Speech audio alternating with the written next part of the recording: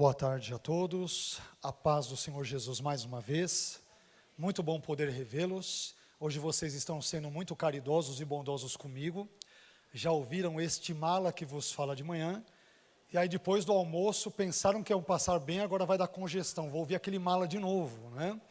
Mas obrigado pela recepção gentil, caridosa, generosa, afável de vocês. Obrigado ao pastor Vitor, aos demais pastores, irmãos aqui da igreja. Temos sido muito bem recebidos, com muito carinho, de forma muito fraternal, como é de se esperar num contexto entre irmãos da mesma fé em Cristo.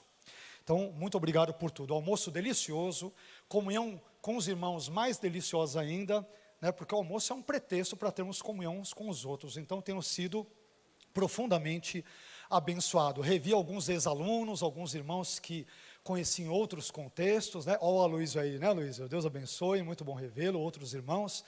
Então, é uma alegria, me sinto privilegiado, honrado, é um prazer poder estar com vocês aqui, compartilhando um pouco do que Deus nos deu, sobretudo agora, envolvendo um tema que, a meu ver, no meu caso particularmente, é o tema mais caro da minha vida, que é a Bíblia.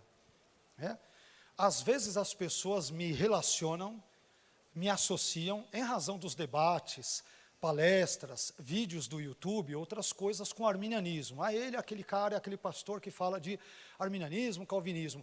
E às vezes não sabem que a verdadeira paixão da minha vida é a Bíblia, é as Escrituras, são as Escrituras, né? O tema arminianismo, calvinismo, essa coisa toda, outros elementos teológicos, são importantes, mas para mim são muito secundários. Para mim o central é a Bíblia.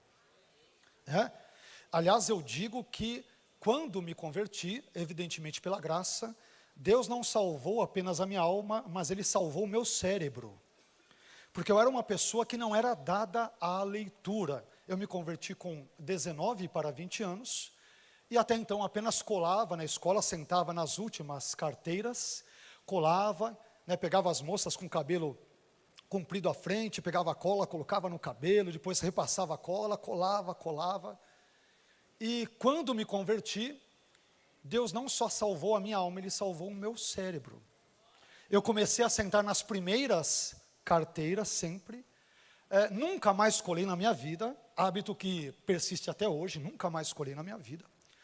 E acabei, além de terminar a minha graduação em teologia, estudei 5 anos teologia na graduação, depois mais 3 anos no mestrado, e quem diria, quem estudou sempre numa escola pública, fui fazer mais 5 anos de doutorado na USP, Universidade de São Paulo, na área de estudos judaicos e concentração em estudos da Bíblia hebraica. Aquele cara que colava, que não queria saber de nada, e muito menos de Jesus. Então, eu só posso resumir isso tudo numa frase: Deus é gracioso. Tudo é dele, por ele e para ele. Amém?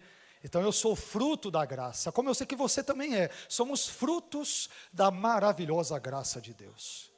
E como eu não sou, nunca fui, nem jamais serei melhor do que quem quer que seja, o que Deus fez na minha vida, Ele pode fazer na vida de qualquer um. Afinal de contas, somos todos iguais diante dEle. O poder é dEle, a graça é dEle, quem capacita é Ele, quem faz é Ele. Amém?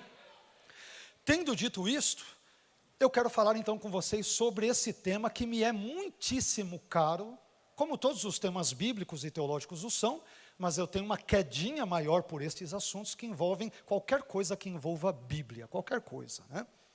E aí o tema desta tarde é a Bíblia e as suas traduções. Nós vamos falar alguma coisa de forma geral, dentro do tema do tempo, melhor dizendo, que evidentemente temos à nossa disposição. Vamos falar um pouco de forma genérica sobre o que é tradução da Bíblia, conceituar esse termo. Vamos explicar por que a Bíblia precisa ser traduzida. Vamos trabalhar algumas especificidades de algumas Bíblias de estudo.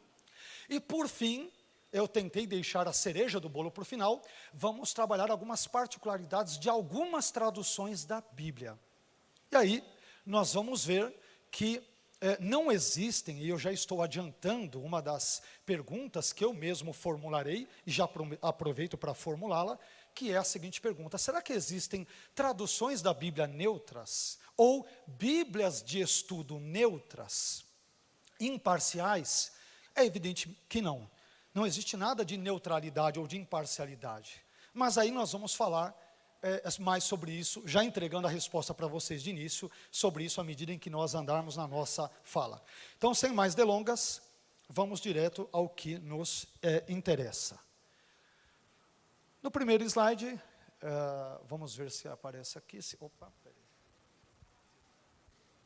Agora sim. Ok. Pronto. Então, primeiramente, por que a Bíblia precisa ser traduzida? Eu coloquei aqui pelo menos 3 razões, que poderíamos, obviamente, multiplicá-las por tantas outras. Poderíamos acrescentar diversas outras razões. Mas, primeiramente, a Bíblia precisa ser traduzida porque se a Bíblia é um dos principais meios, um dos principais instrumentos, através dos quais Deus quis se autorrevelar à humanidade, isto significa, portanto, que ela precisa ser conhecida por todas as criaturas de Deus, isto é, por todos os seres humanos, né? Observe, eu não sei se você prestou atenção nesse primeiro ponto, eu disse que a Bíblia é um dos principais meios através dos quais Deus se nos autorrevelou. Eu não disse que é o único meio. Por quê? Porque Deus não se nos autorrevelou apenas por meio da Bíblia. A Bíblia é o meio por excelência através do qual Deus se nos autorrevelou. É aquilo que nós chamamos em teologia de revelação especial ou específica, né? Em contraposição àquilo que também estudamos em teologia e chamamos de revelação geral. Por que revelação geral? A revelação geral diz respeito, por exemplo, à criação, à natureza. Ela é geral porque ela está disponível para todas as pessoas do mundo, em todas as épocas, eras, partes e assim por diante. E também é chamada de revelação geral porque ela só nos traz informações genéricas sobre Deus. Por exemplo, quando eu olho para a lua, para o sol, estrelas, galáxias, fauna, flora, rios, mares, animais, plantas, questões botânicas. Quando eu olho para tudo que Deus criou, eu não posso, a partir só da criação, que é a revelação geral, chegar à conclusão de que eu sou pecador e que eu preciso de um Salvador, que é Jesus. A revelação geral não me permite construir esse caminho. Como que eu descubro que sou pecador, que nasço embebido e imerso em pecados e que preciso de um Salvador, e esse remédio, graças a Deus, Deus nos provisionou em Cristo, que é a morte do seu Filho na cruz. Como que eu descubro isso? Através da revelação especial que é a Bíblia. Perfeito? Então vocês entenderam porque eu disse que a Bíblia é um dos principais meios através dos quais Deus quis se nos autorrevelar. Não é o único meio. É um meio por excelência, é verdade, eu concordo, correto. Mas não é o único meio, porque Deus também nos fala através da revelação geral. Aliás, isso está na Bíblia. Não é isso que o Salmo diz, no Salmo 19? Os céus manifestam a glória de Deus. O firmamento anuncia a obra das suas mãos. Só que o hebraico não diz exatamente isso, ele diz outra coisa melhor ainda, né? De novo, os verbos para manifestar e proclamar e tal, que aparece em hebraico, não sei se vocês lembram agora há pouco do que eu falei sobre João 3,16, lembram? Deus amou o mundo de tal maneira, deu seu Filho para que todo aquele que continuamente nele crê, a ideia do particípio. Pois bem, essa mesma lógica aparece no Salmo 19. Então, na verdade, o que o texto está dizendo é, os céus estão proclamando a glória de Deus, e o firmamento está anunciando a obra das suas mãos, é algo contínuo. Sempre que eu olho, olha o que o salmista está nos dizendo, olha que preciosidade, ele está dizendo o seguinte, sempre que uma criatura de Deus, um ser humano, sobretudo seres inteligentes como você e eu, olhamos para o céu, para as estrelas, para as galáxias, para as árvores, para as plantas, para os peixes, para os animais, para as aves, nós podemos ver que toda a criação remete à nossa mente a um Criador todo-poderoso, inteligente, magnífico, estupendo em todas as coisas que Ele criou. Então, quando eu olho para a criação, essa criação tão magnífica, tão estrondorosa, tão gloriosa, ela remete os meus pensamentos a um Criador, porque a criação presume um Criador. Isso ocorre quando? Sempre que eu olho para a criação.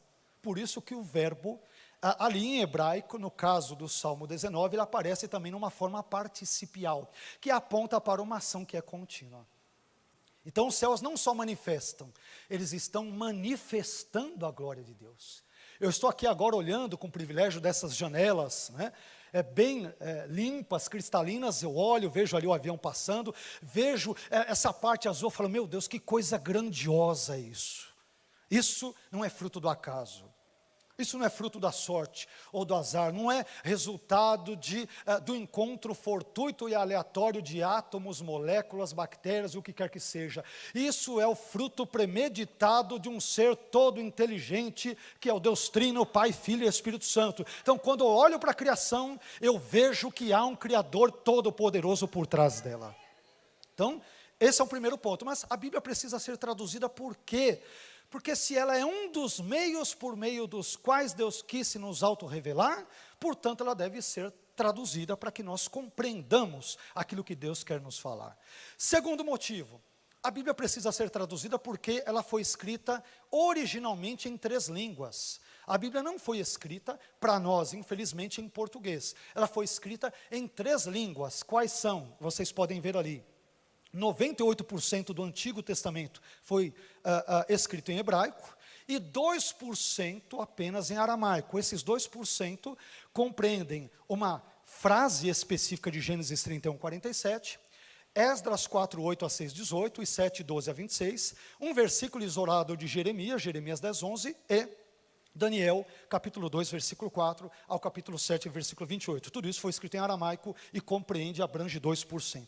E o Novo Testamento, ele foi escrito todo em grego koine ou kine, que quer dizer comum em grego, ou seja, o grego comum da época, a língua popular da época. Por isso que a Bíblia precisa ser traduzida, porque ela não foi escrita, por exemplo, originalmente em português, precisa ser traduzida para o português.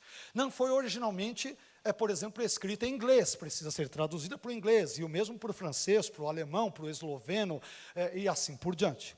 Terceira razão, a Bíblia precisa ser traduzida porque dos mais de aproximadamente 7.000 idiomas que existem hoje no mundo, essas informações, portanto, estão tanto quanto defasadas, porque se eu somar 4.500 com 2, 454, eu vou chegar perto dos 7.000, mas hoje acredita-se que nós temos mais de 7.200 idiomas no mundo todo.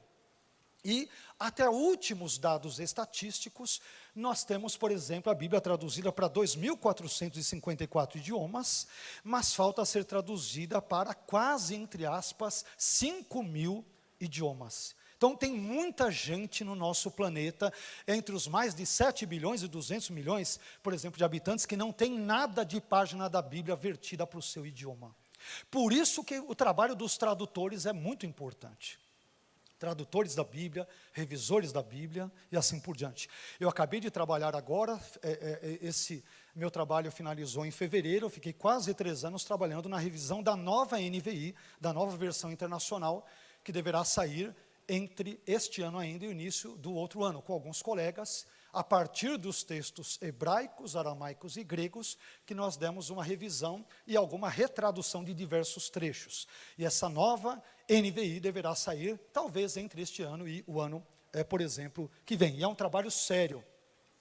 No caso das pessoas com as quais participei, pastores, líderes, todos pessoas piedosas, homens de Deus, mulheres de Deus, pessoas comprometidas com Deus e, portanto, com a palavra de Deus.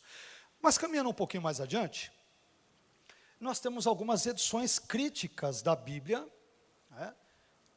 Ok, está aí, ó, edições críticas da Bíblia. O que queremos dizer com edições críticas da Bíblia? Na Bíblia, nas suas línguas originais, tá?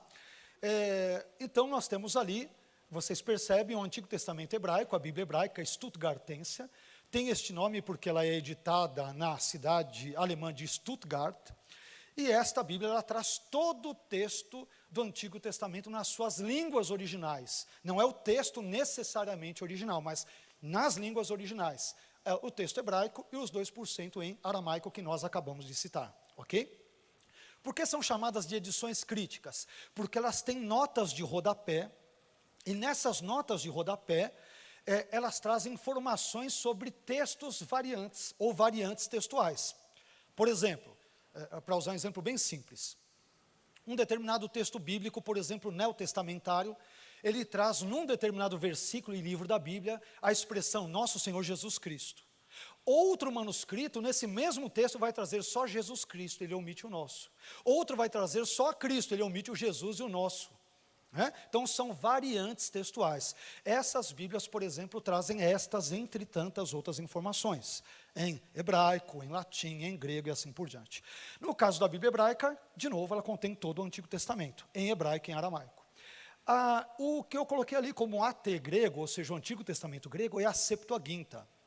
É a edição mais usada no mundo hoje, tanto quanto a marronzinha da Bíblia hebraica também o é, mas a azul, a do meio, ela é usada como uma edição crítica padrão da Septuaginta, que é a tradução grega do Antigo Testamento hebraico.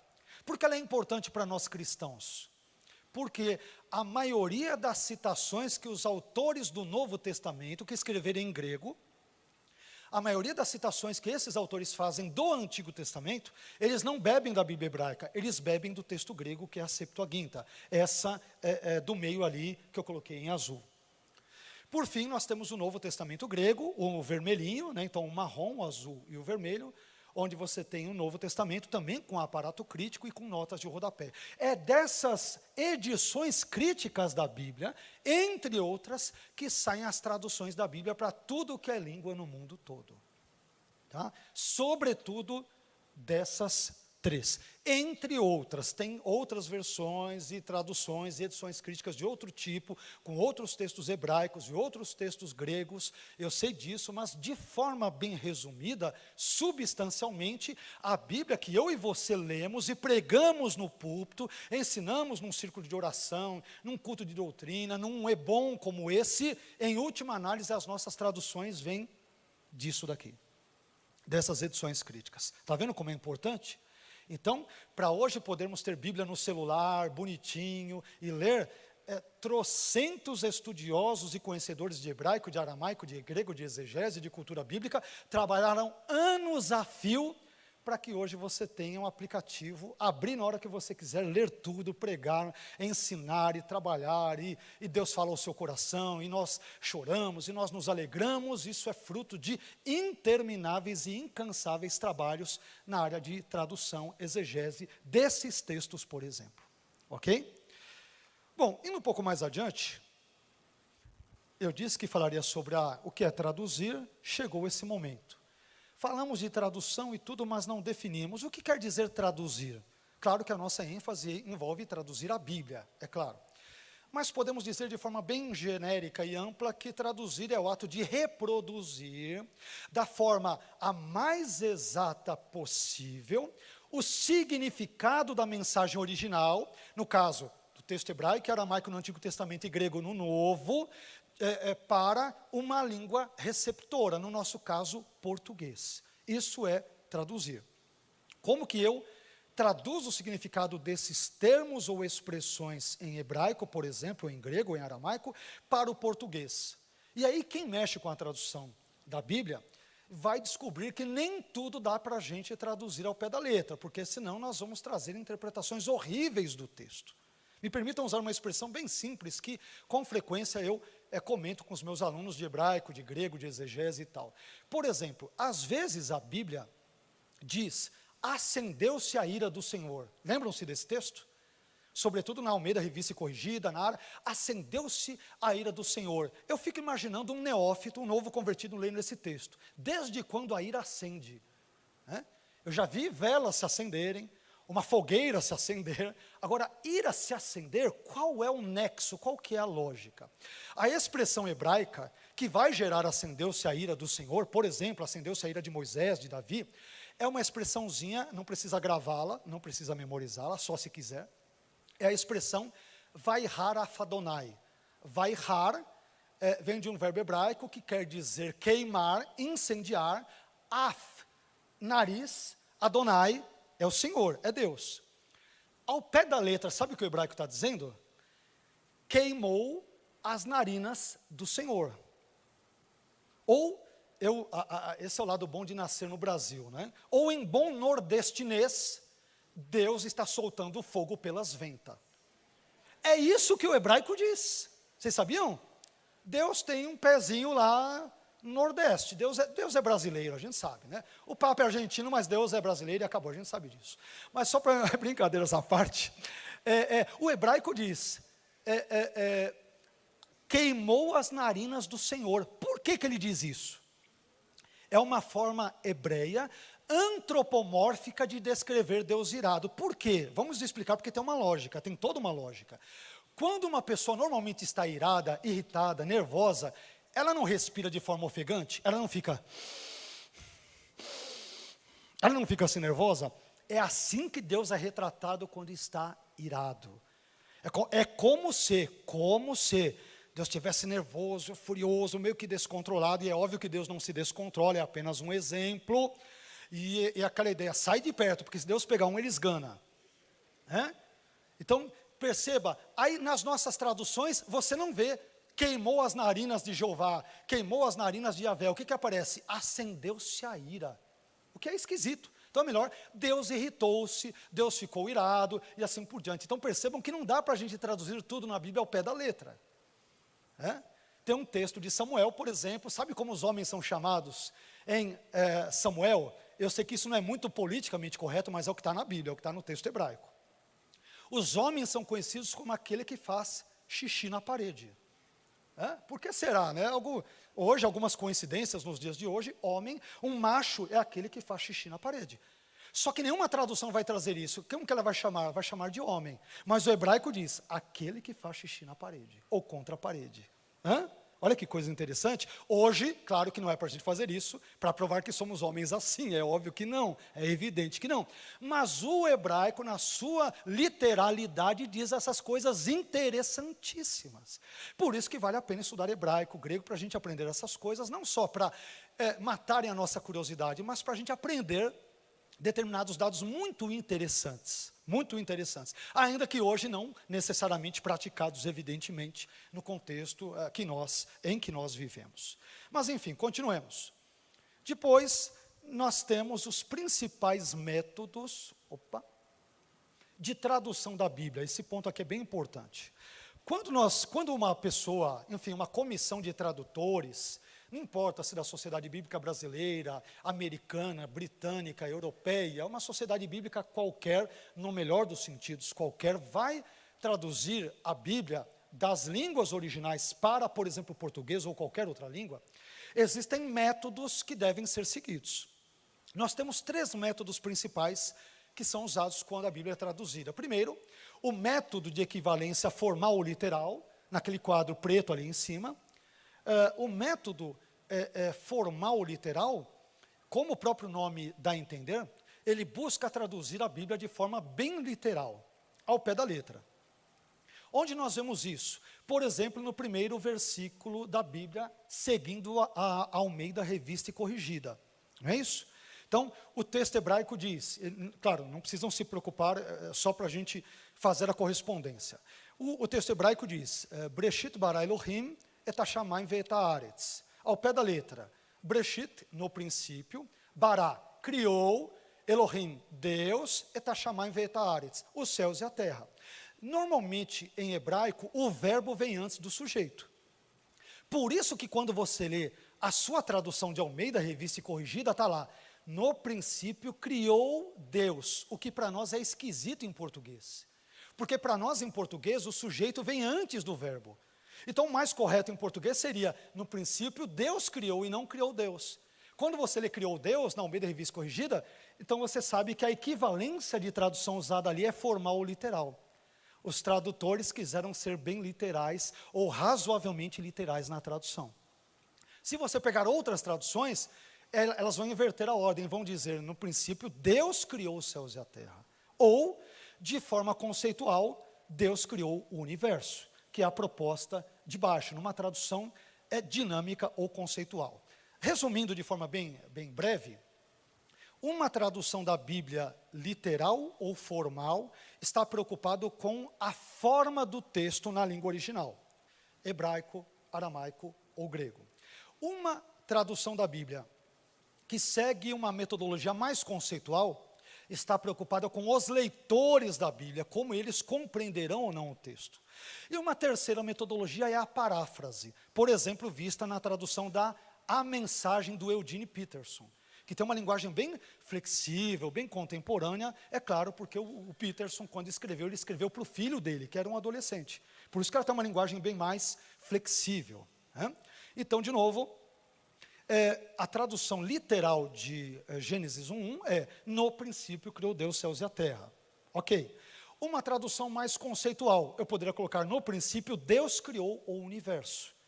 Sendo que a expressão hebraica et hashamayim ve'et haaretz, os céus e a terra, é uma linguagem de merisma, uma figura de linguagem que pode envolver tudo aquilo que existe, ou seja, todo o universo. Percebam? Então, dependendo do tipo de método de tradução usado, a Bíblia irá para um caminho ou para o outro. Aí você fala: como que pode?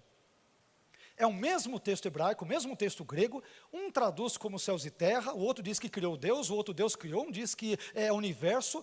Por que ocorrem essas divergências? Ou porque os manuscritos consultados são distintos, ou porque as premissas metodológicas de tradução foram diversas. Um quis ser mais literal, outro mais conceitual, outro um pouco mais parafraseado na sua tradução. Ok? Bom, aqui eu trouxe uma breve classificação. Por exemplo, no próximo slide, como que podemos, em geral, classificar as Bíblias? Eu peguei alguns exemplos apenas, tá? Então, tipo de tradução e as versões bíblicas. Que tradução da Bíblia é mais literal? A ARC, Almeida Revista e Corrigida.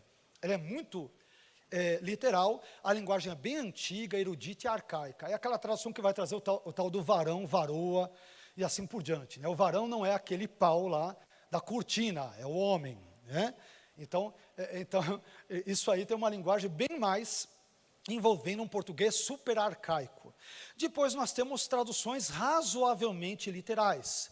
Por exemplo, uma linguagem erudita, mas não tão arcaica, com muitos arcaísmos. Por exemplo, a ARA, Almeida Revista Atualizada, Bíblia de Jerusalém, a ECA é Edição Contemporânea de Almeida, é a chamada Bíblia Thompson, tá?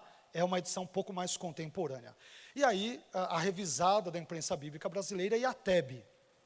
Alguns estudiosos irão classificar a Bíblia de Jerusalém e a TEB, que é a tradução ecumênica da Bíblia, como sendo mais conceituais. Ok, elas estão entre o que é razoavelmente literal e aquilo que é conceitual. Bom, uma tradução que ela transita entre o que é literal e entre o que é conceitual, ela fica ali nesse meio termo. Por exemplo, a NVI, a Nova Versão Internacional. A NVT, a Nova Versão Transformadora. A NAA, a Nova Almeida Atualizada, seguem mais ou menos as mesmas premissas. Então, um dos lemas da NVI, por exemplo, com a qual eu trabalhei, é o seguinte: uma tradução deve ser tão literal quanto possível e tão conceitual quanto necessária. Dá para traduzir literalmente? Não vai soar ruim para o leitor, a pessoa não vai ler o texto e de repente ficar totalmente perdida? Não, então mantém. Não, se manter literalmente, como o tal do vai harafadonai, acendeu-se ali o nariz do Senhor e tal, não dá para colocar isso no texto. Então a gente vai dar uma conceitualizada para que soe bem para os leitores. Correto? Então tudo isso está por trás das traduções da Bíblia. E por fim, uma versão mais livre, com a linguagem mais popular, a Mensagem, por exemplo, e a Bíblia Viva. A Bíblia Viva é da mesma empresa da NVI, que pertence à Bíblica norte-americana. Então, Bíblia Viva e NVI, a NVI é a forma conceitual, a Bíblia Viva é a paráfrase. Ambas são da mesma empresa norte-americana que detém os direitos da NVI no mundo todo. Ok? Bom, isso tudo nos levanta algumas perguntas. E aí eu coloquei aqui, eu já respondi de certa forma essa questão, já deve ter ficado mais ou menos claro, eu imagino, que é a seguinte pergunta: existem Bíblias, por exemplo, de estudo neutras? Assim, ninguém puxa a sardinha nem para cá, nem para lá, são precisas no texto bíblico, nos comentários, ninguém quer defender sua confessionalidade, sua denominação, são neutras. Existe? Vamos ver se existe. Primeiro, eu peguei o exemplo da Bíblia de Jerusalém. A Bíblia de Jerusalém é uma Bíblia que foi tanto traduzida como comentada por exegetas, biblistas e estudiosos católicos e protestantes. Tá? Católicos e protestantes. Olha o que ela vai dizer, por exemplo, na página 33 e nota S, da minha edição de 1985. Então ela vai dizer: a seção, isso aqui é tudo em nota de rodapé, a minha ênfase por enquanto não é no texto bíblico, é só nas notas de estudo. Daqui a pouco eu vou chegar no próprio texto bíblico, daqui a pouquinho. Então, olha o que ela diz numa nota: a seção de Gênesis 2:4b até 3:24 pertence à fonte já vista. Olha lá, Bíblia de Jerusalém, página 33, nota S. O que eles querem dizer com isso? Qual que é o pressuposto por trás dessa Bíblia? Que não foi Moisés que escreveu o Pentateuco. Gênesis, Êxodo, Levítico, Números e Deuteronômio. Houve um pseudo-autor, hipotético autor, chamado javista, porque ele tem a predileção pelo emprego do nome Javé ou Yavé no texto, quando aparece o nome Yavé, dentre outras razões que poderíamos citar, estou tentando ser bem breve, esse autor anônimo, apelidado de javista, é que teria, por exemplo, escrito esta seção toda.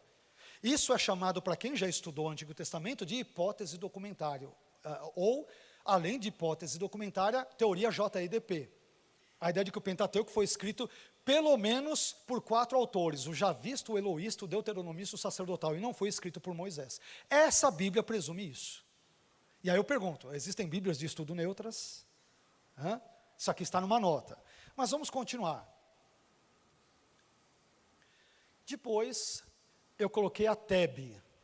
A TEB é a sigla para Tradução Ecumênica da Bíblia. Como o próprio nome sugere, essa Bíblia, ela já foi traduzida e as notas nela inseridas foram feitas por teólogos, biblistas e exegetas católicos, protestantes e judeus. Aqui nós temos judeus também, por isso que ela é mais ecumênica. Católicos, protestantes e judeus trabalharam nessa Bíblia. Olha o que ela faz, ela segue a mesma pegada da Bíblia de Jerusalém, e olha o que ela vai dizer sobre o livro de Isaías. Abre aspas. O livro do profeta Isaías é dividido em o profeta Isaías, capítulos 1 a 39, ou seja, Isaías escreveu só os capítulos 1 a 39. O segundo, ou Deutero Isaías, capítulos 40 e 55, foi outro autor. E o terceiro, ou Trito Isaías, que escreveu os capítulos 56 a 66, é outro autor ainda. Então, segundo a tradução ecumênica da Bíblia, não foi Isaías que escreveu o livro que leva o nome dele. Foram 3 autores, pelo menos. Um que é o próprio Isaías, outro, um suposto Isaías, que é chamado de segundo Isaías, e outro ainda, discípulo ou fã de Isaías, que é o Trito ou terceiro Isaías. Percebam que, de novo, existem Bíblias de estudo neutras. Vocês já estão percebendo aí. Mas vamos avançar. Bíblia de estudo Scofield. Olha lá. A Bíblia de estudo Scofield é uma Bíblia ultradispensacionalista. A ideia de que as eras, a história, no trato de Deus com os homens é dividido pelo menos em 7 momentos específicos, nos quais Deus lida de forma particular ou peculiar, por exemplo, com Israel, com a igreja, com o seu povo e assim por diante. Então, Bíblia de estudo Scofield. Olha lá. Nesta edição da Bíblia, distinguimos 7 dispensações. E aí vai. Da inocência, Gênesis 1, 28, da consciência ou responsabilidade moral, Gênesis 3, 7, do governo humano, Gênesis 8, 15, da promessa, Gênesis 12, 1, da lei, Êxodo 19, 1, da igreja, Atos 2, 1, e do reino, Apocalipse 24. Então, a pergunta é, mas será que a Bíblia traz essas divisões tão claras como a Bíblia de estudo Scofield traz? Ou, segundo outros estudiosos, nós temos apenas 2 dispensações, uma antiga, Antigo Testamento, e uma nova, só para fazê-los pensar, fazê-los refletir. Afinal de contas, nem todos os dispensacionalistas creem necessária e obrigatoriamente em 7 dispensações. Tem dispensacionalistas que vão aventar a possibilidade de 8 dispensações, de 9, de 6, ou de 2, enfim. Mas, o que eu quero dizer com isso? Perceba que a Bíblia de estudo, ela tem os seus pressupostos, metodológicos, acadêmicos, teológicos e assim por diante. Mas não para por aí. Olha que interessante, agora eu acho que vocês vão se assustar, especialmente quem tiver essa Bíblia em casa. Bíblia de estudo Dake. Se não se assustou, vai se assustar. Ou Dake, ou talvez eu diga, a Bíblia de estudo fake, mas vamos lá. Olha só, você já ouviu falar do dilúvio, não ouviram falar do dilúvio? Que está onde na Bíblia? Gênesis capítulos 6 a 8, né? Dilúvio de Noé, aquela coisa toda da arca e tal. O Dake, ele viu um dilúvio onde não há nenhum registro de dilúvio na Bíblia. Só ele viu aquilo. Olha lá. Então, Bíblia de Estudo Dake, página 60. O dilúvio de Lúcifer. De Lúcifer. É isso que você está pensando mesmo, é o dilúvio do capiroto, é isso aí. Né? Então, o dilúvio de Lúcifer, Gênesis 1, 2. Esse dilúvio foi mais devastador e durou muito mais tempo do que o dilúvio de Noé. Eu nunca li esse dilúvio na Bíblia. Aí o negócio continua. Gênesis capítulo 1, agora página 64. Está tudo lá, as páginas para quem quiser confirmar, está lá. Gênesis capítulo 1, versículos 1 e 2, prova a existência de um mundo pré-adâmico. Prova coisa nenhuma, prova para ele. Que foi destruído com um dilúvio, que é o de Lúcifer, o que tornou necessário fazer um mundo adâmico. Deus teve que criar de novo, ou seja, é aquilo que nós chamamos em teologia de teoria do caos. Eu já entendo porque é a teoria do caos, porque ela é caótica mesmo, né? Então, é a teoria do caos, da criação e recriação, do hiato, do gap, e tem tantos outros nomes. Agora, eu estava dizendo em off, conversando com alguns amigos, queridos, pastores, irmãos, que essa perspectiva, é que aqui eu tenho que tentar ser resumido, porque aqui tem muito assunto, eu vou tentar ser bem resumido. Um dos problemas da Bíblia de Estudo Dake, existem um monte deles, um monte. Um dos é que Dake, quando ele escreve essa Bíblia, no século passado, no contexto do século XX, nos Estados Unidos, era um momento em que o darwinismo estava em franco crescimento e ascensão na América, nos Estados Unidos. Então, o que ele pensou? Eu tenho que buscar conciliar o darwinismo, que era a suposta ciência da época, e continua a ser hoje, com os dados bíblicos. Ora, de uma perspectiva literal bíblica, a Terra não terá mais do que 6 mil, 7 mil, sei lá, 10 mil anos. Já, de acordo com o darwinismo, só a Terra tem 4,4 ou 4,5 bilhões de anos, e o universo todo tem 13,7, 13,8 bilhões de anos. Como que eu faço? Eu vou dizer que houve uma lacuna entre Gênesis 1:1, no princípio criou Deus os céus e a terra, essa foi a primeira criação. Nesse ínterim, Lúcifer caiu, por isso que é o dilúvio de Lúcifer, e ele causou uma inundação sem precedentes, antes do dilúvio de Noé. E aí Deus, o que Deus teve que fazer? Ele teve que recriar tudo que o capiroto destruiu. E aí, versículo 2 de Gênesis 1, no princípio criou Deus os céus e a terra tornou-se sem forma e vazia. Por que tornou-se, na tradução do Dake? Porque a queda de Lúcifer causou uma inundação de âmbito universal, antes mesmo do dilúvio de Gênesis 6, capítulo 6 a 8. Olha como é complicado. Né? Fora outros problemas, uma raça pré-adâmica. Como pré-adâmica? O primeiro homem na Bíblia é Adão. Não tem outro pré-Adão na Bíblia, mas ele presume tudo isso. Tá? De novo, existem Bíblias de estudo neutras, vocês vão respondendo aí. Outra Bíblia, essa daqui eu não sei porquê, mas acho que vocês conhecem, eu não sei porquê. Bíblia de estudo pentecostal. Vamos lá. Então, o falar noutras línguas, Bíblia de estudo pentecostal, página 1631. O falar noutras línguas, ou a glossolalia, grego glossais lalo, era entre os crentes do Novo Testamento um sinal da parte de Deus para evidenciar o batismo no Espírito Santo. E aí tem as citações, Atos 2,4, 10:45 a 47, 19:6 e tal. Esse padrão bíblico para o viver na plenitude do Espírito continua o mesmo para os dias de hoje.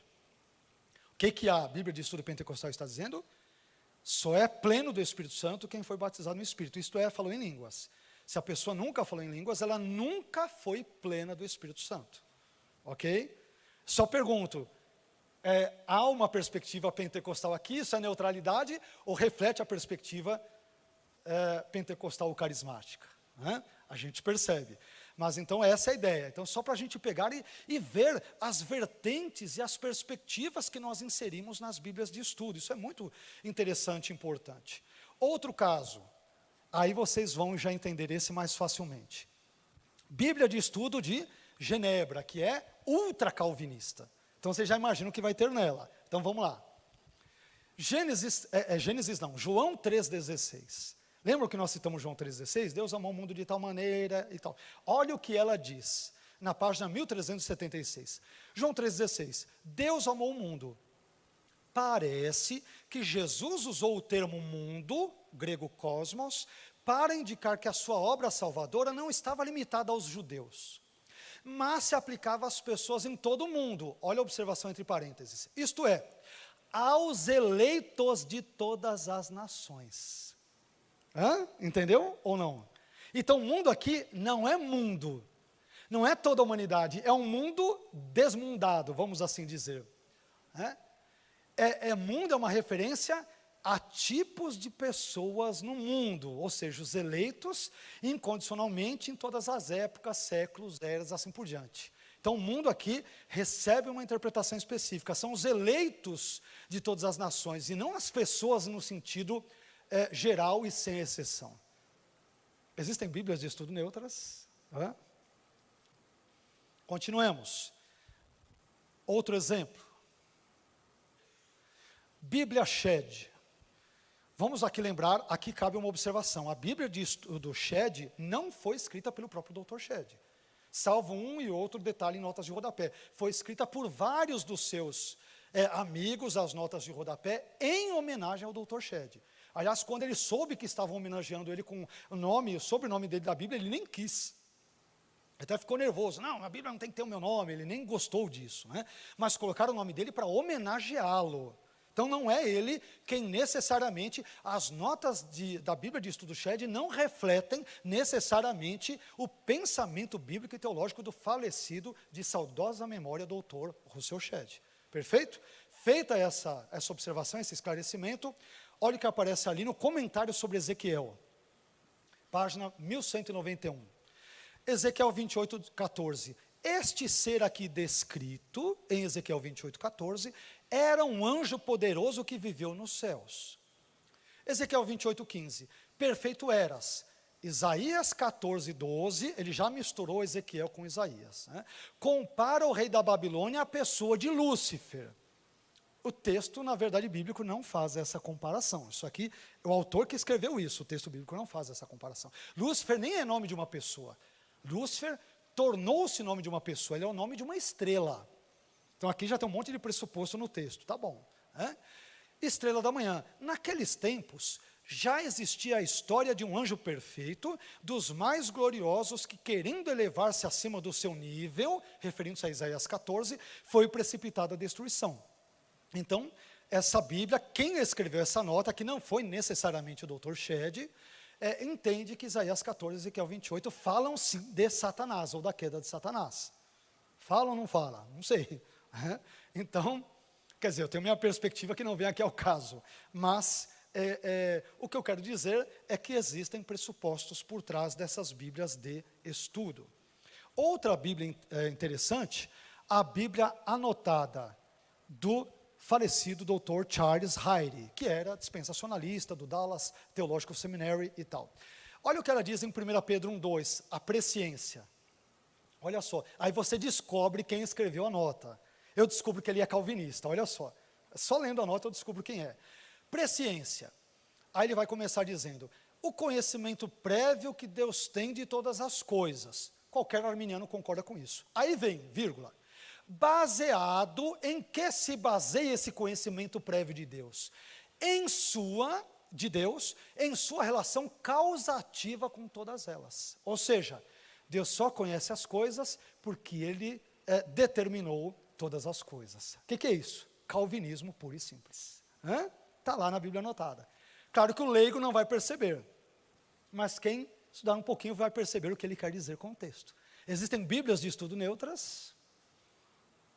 Bom, tendo dito isto, agora eu vou para outra parte que envolve as traduções da Bíblia. Depois a gente separa um tempo, se for possível, para vermos outros assuntos. Eu não sei se vai dar, porque tem muitos textos aqui, eu vou ter que dar pular alguns e para outros. Enfim, vamos ver o que a gente faz aqui. Bom, primeiro texto, agora saímos das Bíblias de estudo e de notas, estamos indo para o texto bíblico em si. Agora, traduções da Bíblia em si, tá? Gênesis 1:2, olha que interessante. Segundo a ARC, ARA e NVI, apenas na parte que está em vermelho, o destaque em vermelho é que diz respeito a essas traduções, o texto diz: e a terra era sem forma e vazia, e havia trevas sobre a face do abismo, e o Espírito de Deus, a expressão hebraica Ruach Elohim, se movia sobre a face das águas. E aí, olha como outras traduções traduzem esse mesmo trecho que nós colocamos em vermelho, que é Ruach Elohim, o Espírito de Deus. A Bíblia de Jerusalém, um vento de Deus. Por quê? Ruach em hebraico é vento, é sopro, é ar, é espírito. Aliás, a própria palavra Ruach, ela é de origem onomatopaica. O que quer dizer esse palavrão? Onomatopaico quer dizer que quando a pronúncia, por exemplo, de uma palavra, o som que ela emite lembra o seu significado ou remete àquela ideia. Por exemplo, claro que tem que usar um pouco de imaginação, tá? Quando você pronuncia em hebraico, Ruach, Ruach, lembra um vento soprando. Por isso que é uma palavra onomatopaica. A pronúncia da palavra lembra o seu significado. A Tebe, o sopro de Deus, a tradução do novo mundo das Escrituras Sagradas, dos testemunhos de Jeová, a força ativa de Deus. Lembrando que no caso dos testemunhos de Jeová nós temos um problema grave. Qual é? É que para os testemunhos de Jeová, o Espírito Santo não é uma pessoa. Ele é desprovido de pessoalidade, não é uma persona, ele é algo. E aí, evidentemente, é uma heresia flagrante, correto? Mas as traduções vento de Deus ou sopro de Deus estão corretas. O hebraico permite legitimamente que a Bíblia seja assim traduzida. E aí tem o Targum palestínico, que é a paráfrase em aramaico do texto hebraico, que vai traduzir Ruach Elohim como o Espírito das misericórdias de diante do Senhor. Olha isso. E o texto não está dizendo nada disso, mas é uma perspectiva judaica dentro do assunto. Percebamos que a mesma expressão hebraica é traduzida de um jeito aqui, de outro acolá. Por quê? Porque quem traduz a Bíblia tem pressupostos metodológicos, por exemplo, linguísticos, teológicos, confessionais, e esses pressupostos estão presentes quando da tradução da Bíblia. Ninguém é neutro quando traduz a Bíblia, e nem quando a comenta. Perfeito? Olha outro caso aqui. Esse caso é bem interessante. Gênesis, tem que mudar ali. Gênesis 2:2. Aqui parece-nos que é um caso em que os judeus de Alexandria, no Egito, eles alteraram o texto bíblico por motivos ideológicos, religiosos. Eles corromperam o texto. Olha só.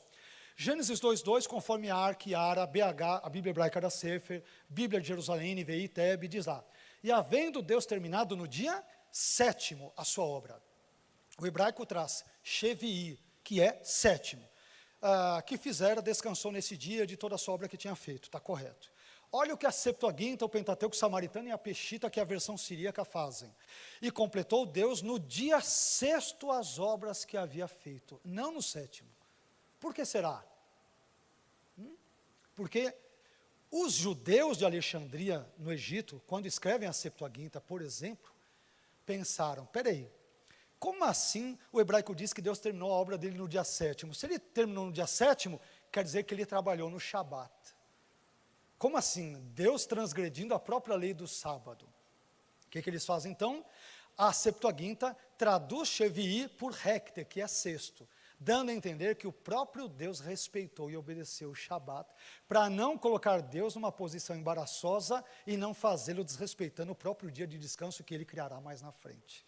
Mas ao fazer isso, eles corromperam o texto bíblico, porque o texto bíblico diz que Deus fez isso no 7º dia, não no 6º.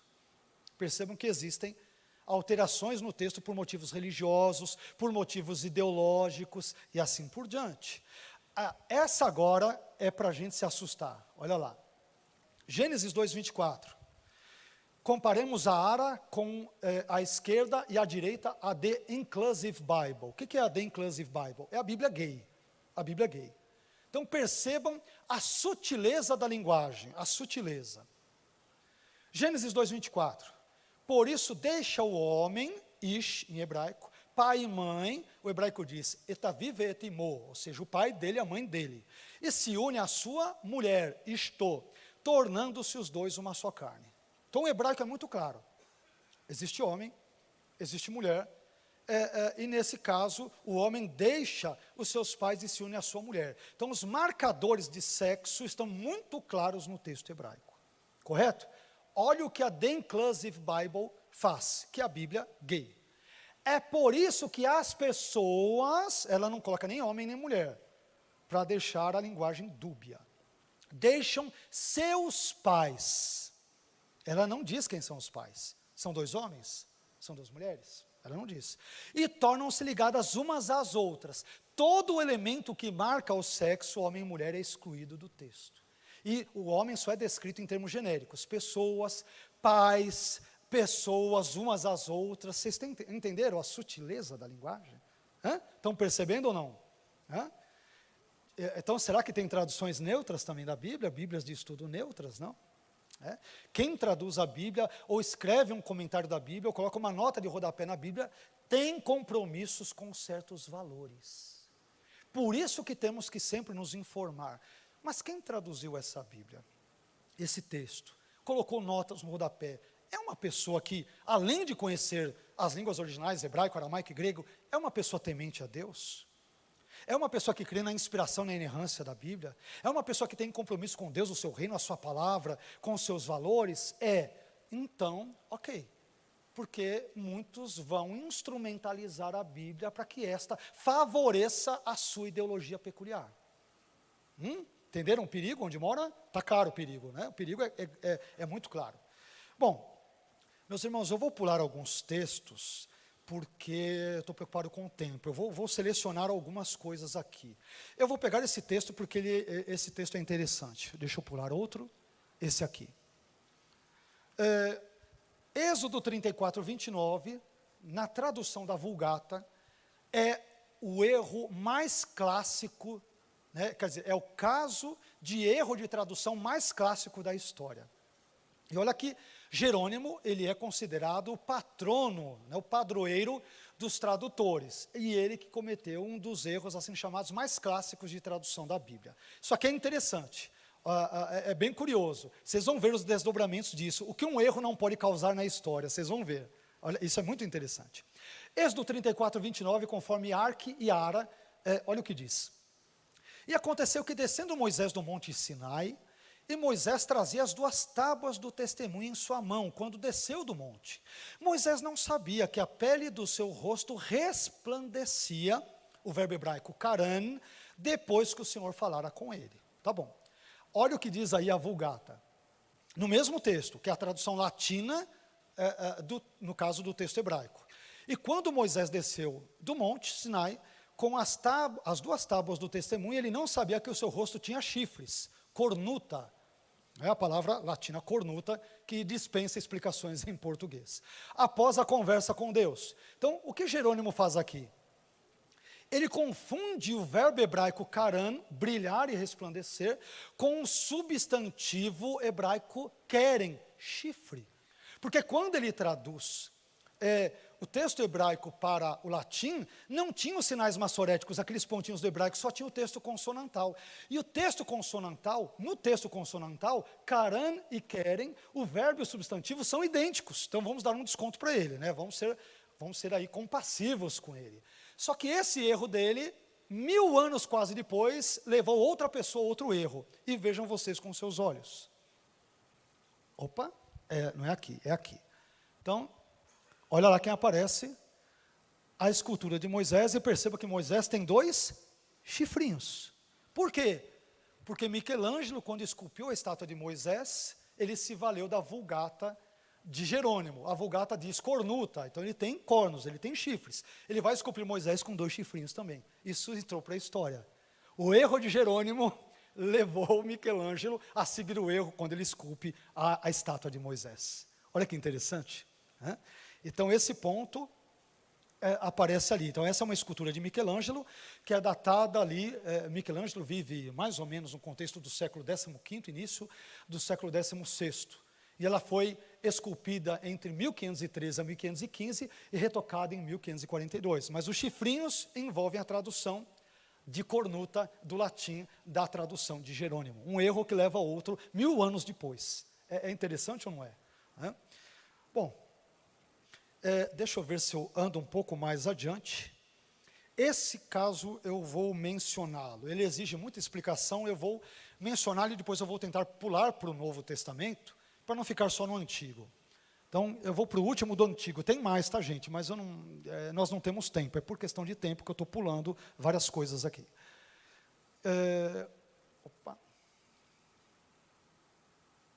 Jó 2:9. Esse caso é um dos mais polêmicos de toda a Bíblia, do Antigo Testamento e de toda a Bíblia.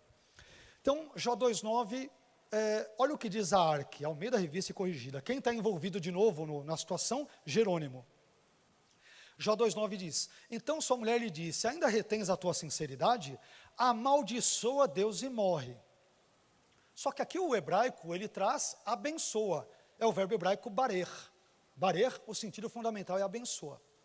Jerônimo vai traduzir o texto hebraico para o latim, olha o que ele coloca. Em seguida disse-lhe sua mulher, ainda retens a tua integridade? Bendiga a Deus e morra. O latim diz, benedic Deo et morere, ou seja, bendiga a Deus e morra. Enquanto que o hebraico diz, barer Elohim vamut, bendiga a Deus e morra. Olha só, como entender isso? Aqui, meus irmãos, nós temos duas possíveis explicações. Alguns estudiosos vão dizer que o que houve aqui foi um caso de correção dos escribas, o que é chamado em hebraico de tikkunei sofrim. Tikkunei sofrim é uma expressão hebraica que significa correções dos escribas. Isto é, os escribas judeus, quando foram copiar o texto bíblico, por motivos religiosos, eles alteraram a expressão amaldiçoa por abençoa, porque seria um sacrilégio imaginar, uma esposa temente a Deus dizer para o seu marido temente a Deus, amaldiçoa a Deus e morra. Como assim amaldiçoar a Deus? Isso é o cúmulo do pecado. Então, para não soar mal e para que nenhum leitor da Bíblia fosse tentado, nenhuma outra esposa fosse tentada, por exemplo, a incentivar o seu marido a amaldiçoar a Deus em momentos difíceis, teriam então os copistas alterado o verbo hebraico original, em tese, hipoteticamente, que é o verbo kalal, amaldiçoar, para barar, que é o verbo abençoar. Essa é uma primeira explicação, que está inclusive nas notas da Bíblia Hebraica Stuttgartense, na nota dela aparece lá. Essa explicação que eu estou dando é conhecida internacionalmente, mundialmente, por estudiosos do hebraico bíblico. Não estou inventando nada, é conhecido por todos. Tá? Agora, uma segunda explicação, que talvez seja melhor, é que, neste caso, o texto bíblico esteja se valendo de uma ironia. Ou seja, a mulher de Jó, chamada pela tradição de Cites, ela diz para ele, olha, você ainda retém a sua sinceridade, abençoe a Deus e morra, mas é um abençoe irônico, onde ela quis dizer amaldiçoa, mas usou outro termo por respeito à divindade. Deus, Yahvé, muito possivelmente é isso que está presente nesse texto, ok? Bom, caminhando, aqui eu peguei o texto avançando, tem uma comparação do primeiro quadrinho amarelo, do que traria hipoteticamente o texto hebraico original e daquilo que talvez ele foi alterado por alguns copistas no caso de baixo. O caso de cima traria Kalel Elohim Vamut, isto é, amaldiçoe a Deus e morra, e o de baixo ele traz Barer Elohim Vamut, bendiga Deus e morra. Então o autor bíblico poderia ter alterado o amaldiçoa por abençoa por motivos religiosos. Ou houve uma ironia no texto. Eu sou propenso a entender que houve uma ironia, tá? Caminhando um pouco mais, eu estou indo agora para o Novo Testamento, e eu estou pulando várias coisas para nós não atrapalharmos o tempo dos irmãos. Estamos saindo do Antigo e indo para o Novo. João 18. João 18, um texto muito conhecido que diz, ninguém jamais viu a Deus, o Deus unigênito que está no seio do Pai, é quem o revelou. Olha o que as traduções dizem nessa parte em vermelho, revelou. Almeida Revista e Corrigida, é quem fez conhecer. Bíblia de Jerusalém, quem deu a conhecer. Bíblia na linguagem de hoje, quem mostrou. NVI, tornou conhecido. Mas o que diz literalmente o texto grego? Olha que coisa maravilhosa.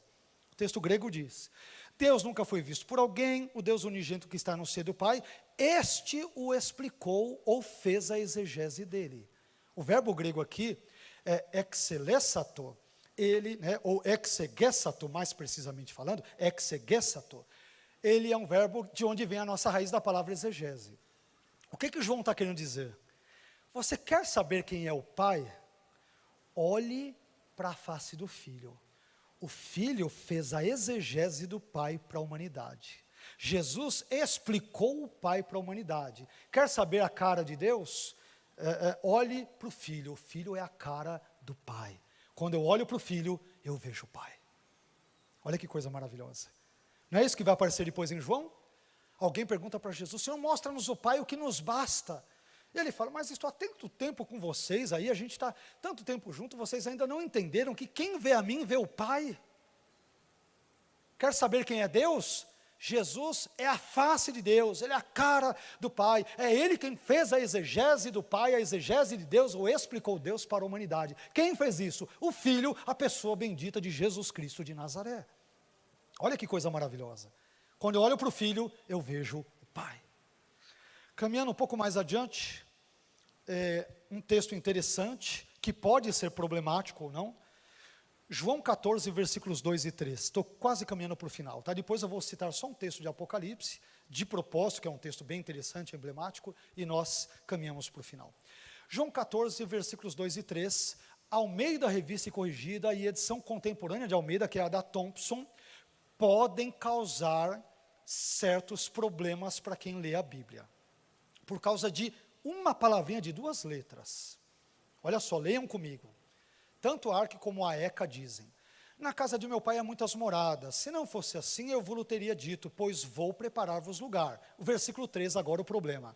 E se eu for e vos preparar lugar, e se eu for, virei outra vez e vos levarei para mim mesmo, para que onde eu estiver estejais vós também. Essa funçãozinha se, para quem lê a Bíblia numa primeira vez, o que pode dar a entender? Um ateu, um incrédulo, o que ele pode pensar? Jesus nem sabe se ele vai para a casa do Pai nem nada, se ele vai preparar lugar. Jesus tem dúvidas sobre para onde ele vai. Se Jesus nem sabe para onde vai, nem eu sei menos ainda para onde eu vou também. Quer dizer, por causa de uma conjunçãozinha, você joga toda a cristologia no lixo.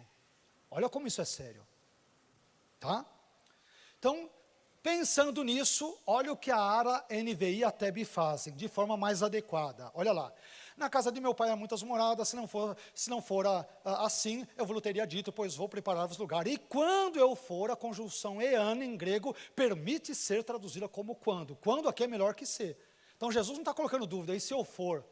Como se falasse, eu não sei se eu vou ou não. Então essas traduções corretamente dizem, quando eu for, ele sabe que vai.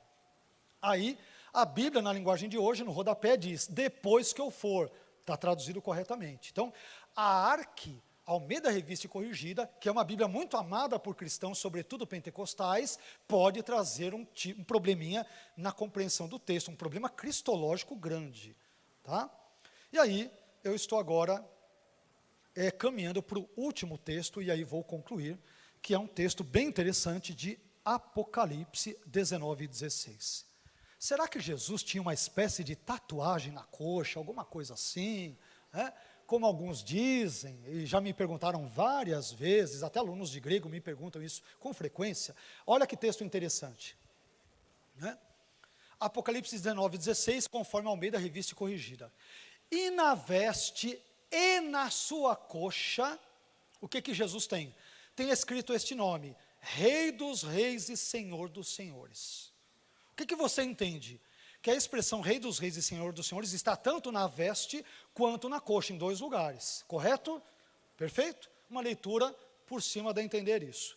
Olha o que as traduções dizem. Ara, tem no seu manto e na sua coxa, BJ e Teb, sobre seu manto e sobre a sua coxa, BLH, na capa e na perna dele, NVI, em seu manto e em sua coxa.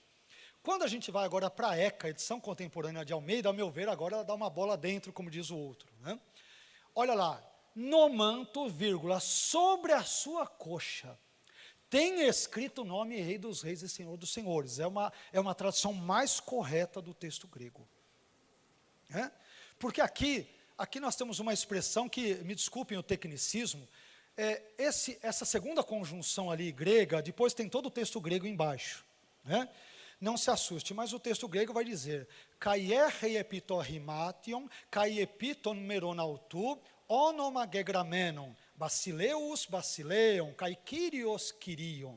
Então, e tem sobre a sua veste, e a segunda conjunção e, os estudiosos dizem que ela tem, e de novo me perdoem pelo tecnicismo, ela tem um sentido epesegético, ou seja, um sentido explicativo. Então a ideia é, Jesus tem no seu manto ou na sua capa, isto é, que cobre a sua coxa, este nome escrito. Qual é?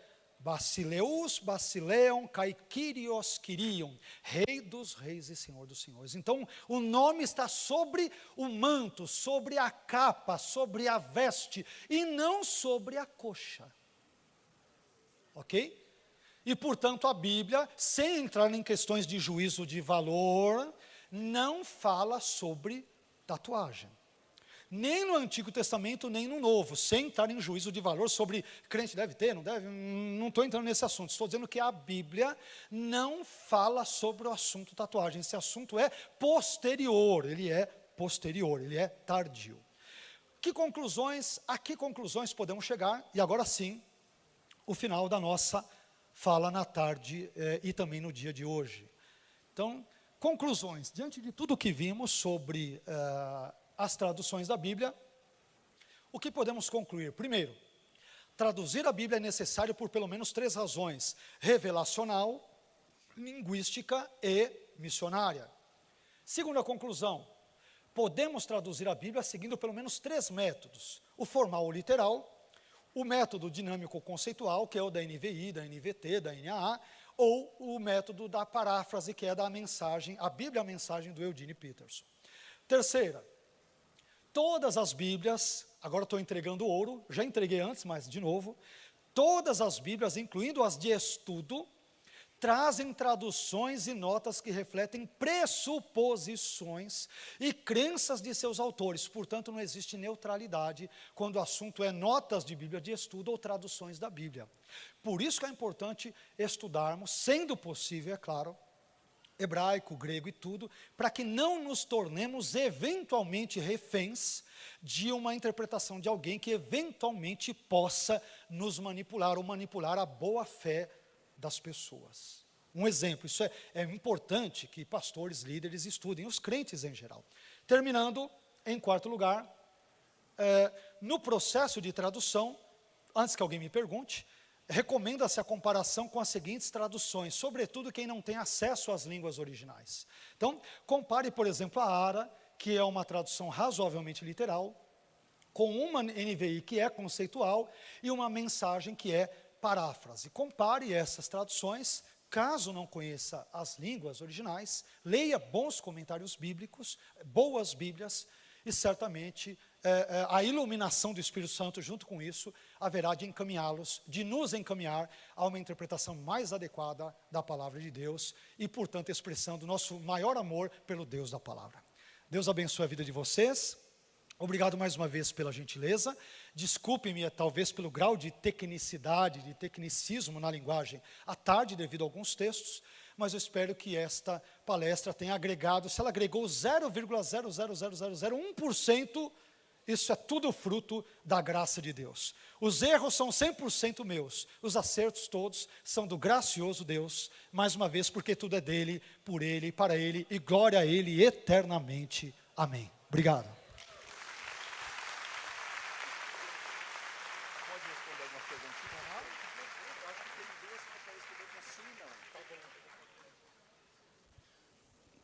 Encaminhando algumas perguntas, pastor Carlos, só relembrando aquilo que a própria palestra acabou respondendo, eu não vou encaminhar, mas eu vou encaminhar as que eu achei que são mais relevantes, esclarecedoras para os irmãos como um todo. E 2 perguntas que dá para ele responder como sim ou não. E uma última, que eu não sei se ele vai conseguir responder, mas que aí vai ter que entregar o ouro mesmo. Primeira pergunta, não pode responder com sim ou não. O irmão recomenda a Bíblia do Expositor, do Jim Swaggart? Recomendo, acho que eu sou um fã de Bíblias, né? Eu gosto de todos os tipos de Bíblias, o que não quer dizer, Bíblia King James, tal sim, ótima tradução, gosto, recomendo, mas toda a Bíblia, toda a tradução e todas as notas de estudo devem ser lidas de forma crítica, no melhor dos sentidos. Quando eu digo crítica, meus irmãos, é claro que de forma piedosa e tudo, mas não devemos absorver as coisas de imediato. Leia um texto, um ensino ficou um tanto quanto obscuro e tudo, compare com outra tradução. Não ajudou? Pegue uma terceira, consulte de repente um pastor, um professor. Professor, o senhor estudou um pouco hebraico, grego, o senhor pode me ajudar? Vê se eu não estou entendendo errado, por favor me oriente quanto a essa compreensão. Mas, sim, a Bíblia do Expositor eu recomendo, sem dúvida. A história de Lilith veio da Bíblia Dake ou essa ele não tem culpa? Vamos lá.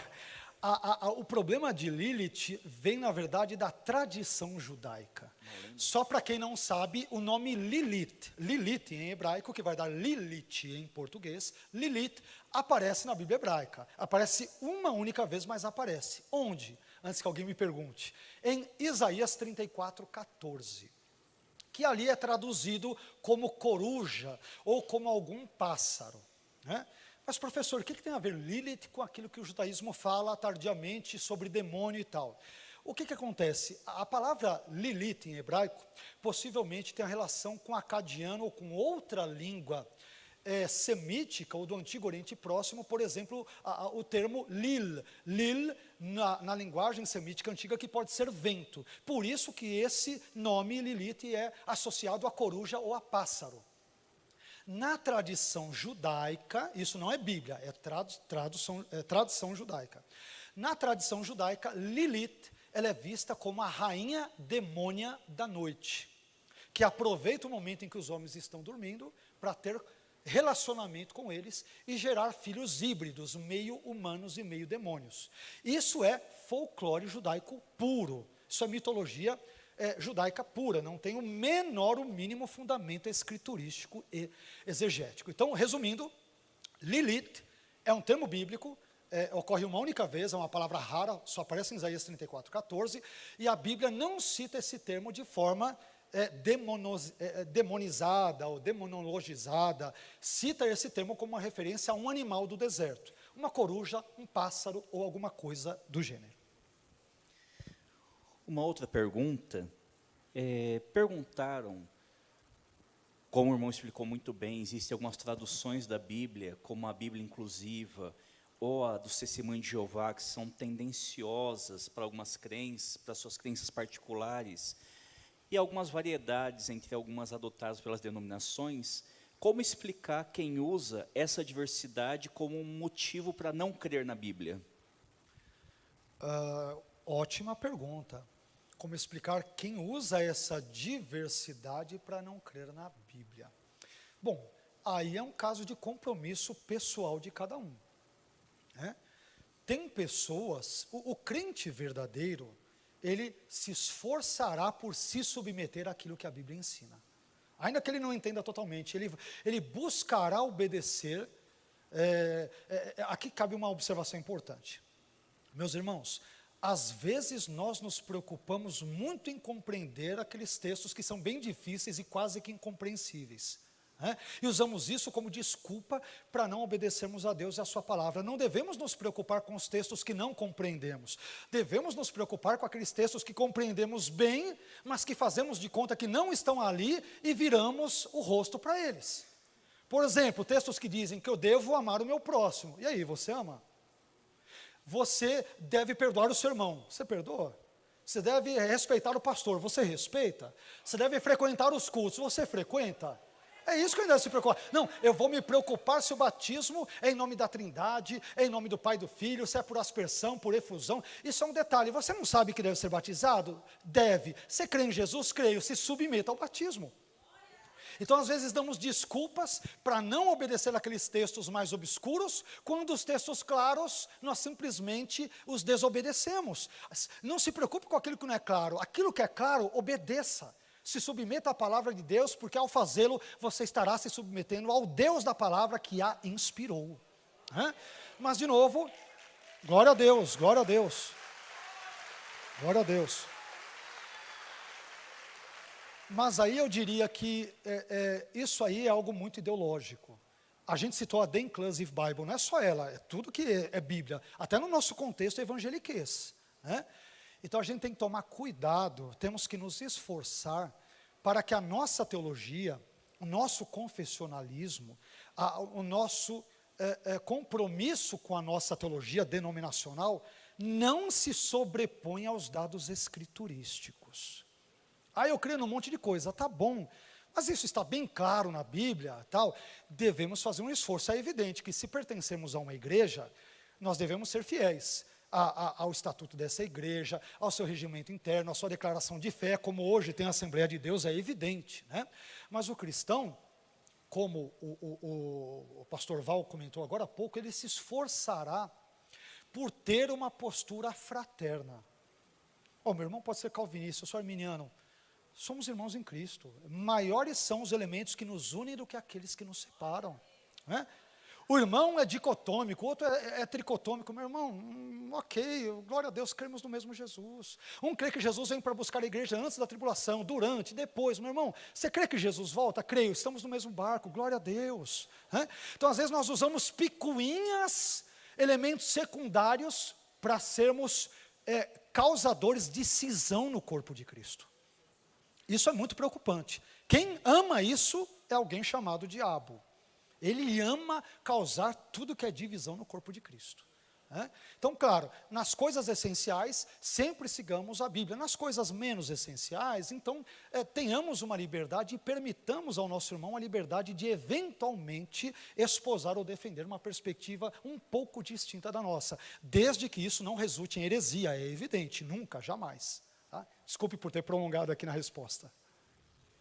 Existe alguma tradução que o senhor não recomenda que o crente use? Ou existem alguns sites que parece que querem fazer uma guerra santa pela Bíblia? Se você gosta da NVI, você é um herege, é um liberal.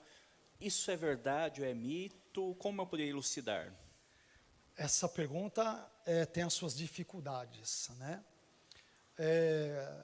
A NVI, quando foi lançada pela primeira vez, a mensagem e tal, né? Bom, nós temos, como eu disse agora há pouco, temos que ter um olhar crítico sobre tudo o que lemos e ouvimos, inclusive essas palestras. Não é porque eu disse aqui porque ele fez o doutorado na USP, eu não estou acima do bem e do mal e não sou dono da verdade, eu posso errar, eu sou falível, infalível é Deus e a palavra de Deus nos seus autógrafos. Teólogo erra, pastor erra, viu? Erra e erra muito, erra para chuchu. Eu pelo menos sei dos meus pecados, e que são muitos, não são poucos, né? Então, cuidado para não idolatrarmos um teólogo ou uma teologia. Agora, Bíblias em geral, eu diria, eu não vejo problema em ler, de forma geral, todos os assuntos. Obviamente tem crentes mais maduros e outros menos, isso não se aplicará a todos, né? Eu já li o Alcorão 2 vezes e não me tornei muçulmano. Eu já li o Evangelho segundo Allan Kardec e mais uma vez não me tornei espírita. Já li muita parte da Bíblia, dos Testemunhos de Jeová, do livro Mórmon e tantos outros, não me tornei mórmon nem nada disso. Mas eu sou um professor, claro que um estudioso disso, um pastor, nem todos necessariamente conseguirão. Pastor, eu nem leio porque vou me dar mal, vai me confundir. Ok, cada um tem a sua característica, a sua individualidade e a sua peculiaridade. Eu diria que nós devemos... nesse caso, sempre estudar com muito critério, né? Então, claro, Bíblias como a dos Testemunhos de Jeová, temos que tomar cuidado, né? Vai dizer lá que é um Deus, em vez de ser Deus com D maiúsculo, o Espírito Santo será visto como a força ativa de Deus, né? Então nós temos uma série de problemas seríssimos doutrinários, heresias, que devemos evitar. Agora, Bíblias de estudo, de forma geral, não. Eu diria que podemos ler de tudo, ou examinar tudo, parafraseando um trecho de um texto paulino, examinar tudo e reter o que é bom. Leu aquela Bíblia, aquele texto, poxa, aqui quem escreveu é um ímpio. Ele pode escrever coisa boa, não é porque é ímpio, né? Ou crente pode falar bobagem mesmo sendo crente. Então, tenhamos discernimento, que Deus nos dê discernimento, prudência, sabedoria, nos ilumine o Espírito Santo, o nosso entendimento, para que tenhamos uma leitura minimamente adequada da Bíblia. Leiamos várias versões, como eu citei, E aquela que você julgar estranho, deixa de lado e busque seguir aquela que seja mais condizente com a sua compreensão do texto, de repente que a igreja usa, de mais fácil assimilação e compreensão, e assim por diante. Eu não sei se exatamente eu respondi, mas... Pastor, o que o senhor tem a dizer sobre os apócrifos, que teve até alguns fragmentos achados em Qumran? Boa pergunta. Os apócrifos e pseudepígrafos, apócrifos, a palavra apócrifo em grego quer dizer oculto, né? São livros que foram considerados, sobretudo pelo cristianismo de forma geral, como não trazendo doutrinas condizentes com a ortodoxia cristã. Então são livros que trazem mitos, eventuais incorreções históricas ou geográficas, ensinos de origem duvidosa ou herética, e assim por diante. Bom, eu sou suspeito porque, como professor, já li diversos apócrifos, gosto muito da literatura apócrifa em termos informacionais, não quer dizer que eu creio naquilo como inspiração. Para mim, inspirado é só a Bíblia, e isso nos seus autógrafos hebraico, aramaico e grego, que fique claro, né? Mas, de novo, eu creio que o cristão, dentro do possível, ele deve se munir do máximo de informações que puder absorver. E o senhor disse isso com base em quê, pastor? Eu digo isso com base na Bíblia. Leiamos Paulo em Atos 17. O que ele faz em Atos 17? Cita Arato, Epimênides, Cleanto, autores gregos profanos, e cita um trecho do hino a Zeus em Atos 17. Você sabia que tem um trecho de um hino a Zeus, o principal deus do panteão grego? Está em Atos 17.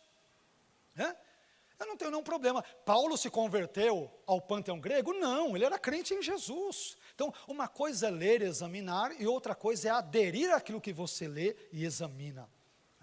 Então, eu sigo essa perspectiva. Se você pegar Timóteo, em Timóteo, Paulo vai citar o nome de 2 egípcios que competem com Moisés e Arão em Êxodo. Lembram desses nomes? Janes e Jambres. Em hebraico é Yanes e Iambres, porque não existe J em hebraico, né? Na nossa tradução aportuguesada, Janes e Jambres. Aí você vai pesquisar de onde Paulo bebeu essa fonte. Janes e Jambres. Eu vou no texto hebraico, não está lá. Você fala, ponto. Deve estar na Septuaginta, não está lá também. Você fala, de onde ele tirou? Ele tirou do Targum, que é uma paráfrase em aramaico do texto hebraico. Onde eu quero chegar? Paulo conhecia hebraico, grego, aramaico, latim, conhecia filósofos profanos, mas era uma pessoa profundamente piedosa. Sabe o que eu aprendo com isso? Que não há incompatibilidade entre ser uma pessoa erudita, um acadêmico, um estudioso da Bíblia, e uma pessoa de oração, uma pessoa de piedade, um bom marido, uma boa esposa, um bom filho, um bom pastor. Não há incompatibilidade. Paulo era um erudito, e era um homem profundamente culto, muito temente a Deus. Apolo, um homem de uma mente brilhante, a gente percebe. O texto grego diz que ele era eloquente, mas quando você pega o texto grego, a expressão grega anerlogios não significa necessariamente homem eloquente, significa também homem culto. Apolo era um cara letrado, estudado. Olhemos para ele, era um homem profundamente piedoso. Em alguns contextos, nos ensinaram, em algumas situações, que às vezes há uma incompatibilidade entre teologia e vida de piedade. Não, quem estuda muito teologia se desvia, né? Vende alma para o capiroto, e aí, né? É uma coisa horrível, e assim por diante, e desvia da fé. Meu irmão, a boa teologia, a teologia ortodoxa, a teologia bíblica, a teologia que ama a Deus, respeita a palavra de Deus, tem compromisso com as coisas de Deus, ela vai buscar servir a Deus com a maior alegria do mundo. Então, se a sua teologia não glorifica a Deus, modo de dizer, sua ou minha, nossa, se a teologia de alguém não glorifica a Deus, devemos trocar de teologia. Porque uma teologia que honra a Deus, ela o enaltece, ela o glorifica, ela denuncia os nossos pecados, ela não massageia o nosso ego, ela não empurra o pecado para debaixo do tapete, ela dá nome aos bois, e é uma teologia que nos transforma. É isso que nós devemos seguir. Uma teologia bíblica, fundamentada nas Escrituras. E é por aí, portanto, que eu caminharia. Pastor, mais uma pergunta. Estamos aí, eu estou aqui para servir. Pode ser mais 2, mais Nossa, já 6, são mais quase 4. não tem 4 problema. horas. Eu vou ter que pular. Só se a gente for muito rápido. Vamos lá. A Sociedade Bíblica do Brasil tem algum poder para coibir traduções errôneas ou enviesadas da Bíblia? Aí é uma questão, então, ela tem poder desde que essas traduções sejam por ela editadas e publicadas. Agora, por exemplo, qualquer um que conheça hebraico, aramaico e grego, ou não necessariamente conheça bem e tal, ele fala, eu quero hoje traduzir uma Bíblia, sem ser por meio da SBB, da Sociedade Bíblica Brasileira. Ele pode fazer a tradução dele, ninguém é impedido ou proibido. Vivemos num país livre, pelo menos até o momento parece que é livre, né? Aparentemente livre. Então, diante disso, eu posso traduzir. Agora, se existirem heresias nessa tradução, evidentemente, ao serem detectadas por uma SBB, por exemplo, ela vai dizer, não, isso aqui eu não aceito traduzir, isso aí você faz por conta própria, é independente. Para passar por uma sociedade bíblica, brasileira, inglesa, americana, europeia, tem critérios. Por exemplo, eu participei de uma NVI, todos os integrantes, sem exceção, eram crentes, todos. Vários deles pastores, um presbiteriano, 2 ou 3 batistas, né, outro de outra igreja. Eu era o único de vertente pentecostal carismática. Todos os outros eram tradicionais.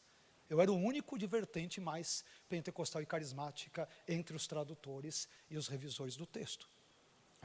Então, oremos para que Deus levante outros tradutores, outros revisores, pessoas que amam a Deus e a palavra de Deus, para que tenham mais pentecostais também nesse meio. Pessoas que conhecem a Bíblia, cheias de Deus, do Espírito Santo, cheias da graça do Senhor, mas também com conhecimento e que, portanto, possam honrar a Deus por meio disso. Então, a SBB tem poder sim, ela diz, aqui você não publica. Esse tipo de texto não. Se quiser uma publicação independente, é sua, eu não vou validar isso. Pastor, 2 curiosidades bíblicas ou explicação sobre perguntas bíblicas. Assim, vamos lá.